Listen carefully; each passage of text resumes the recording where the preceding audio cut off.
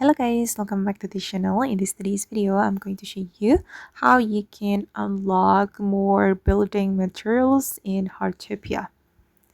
Okay, you will need the building materials if you want to build a house.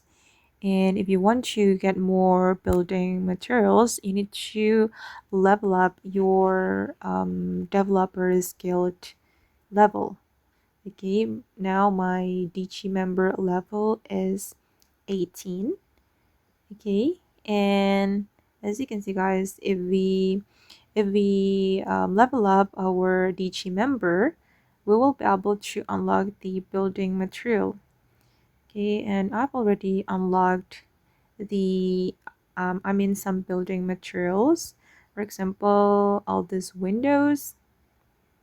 Okay, and then these doors and so on.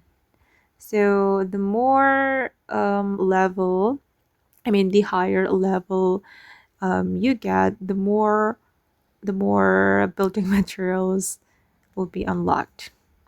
So yeah, just level up your DG member and then you'll be able to unlock more building materials. Okay guys, and that's how you can unlock more building materials in Heartopia game. I hope this video will be useful for you.